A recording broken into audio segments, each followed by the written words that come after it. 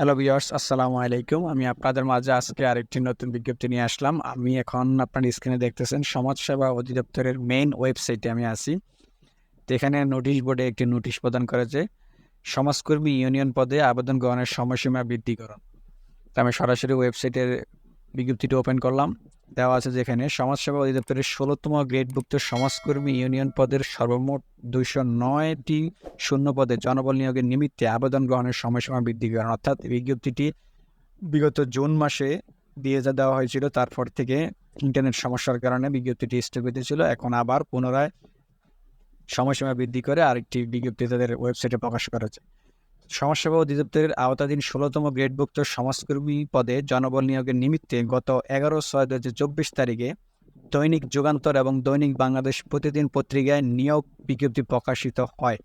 আবেদনের শেষ তারিখ ছিল ১৮/৭/২০২৪। ওই সময় দেশের বিরাজমান পরিস্থিতিতে বিশেষত ইন্টারনেট সেবা বিঘ্নিত থাকার কারণে ১৮/৭/২০২৪ তারিখের মধ্যে অনেকে চাকরি প্রার্থী আবেদন করতে সক্ষম হয়নি।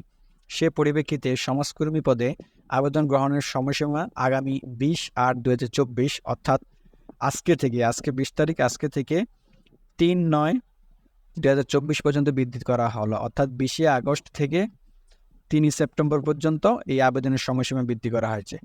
বাংলাদেশের সকল জেলার প্রার্থীগণ আবেদন করতে পারবেন এবং জনপ্রশাসন মন্ত্রণালয়ের ২৩/৭/২০২৪ তারিখের এই সংখ্যক প্রজ্ঞাপন অনুসরণপূর্বক নিয়োগ কার্যক্রম গ্রহণ করা হবে।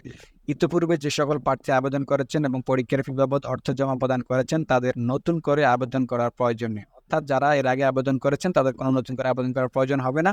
যারা আবেদন করতে পারেননি তাদের জন্য এটি বিশাল একটি সময়, বিশাল একটি সুযোগ।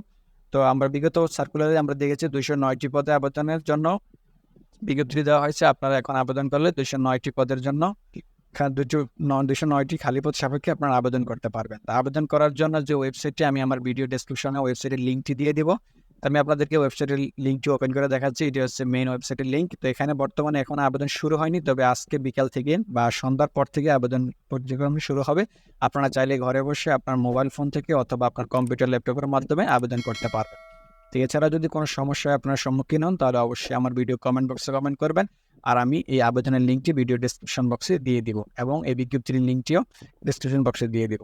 তো আজকে এই পর্যন্তই। সবাই ভালো থাকবেন, সুস্থ থাকবেন। আসসালামু আলাইকুম ওয়া রাহমাতুল্লাহি ওয়া বারাকাতুহু।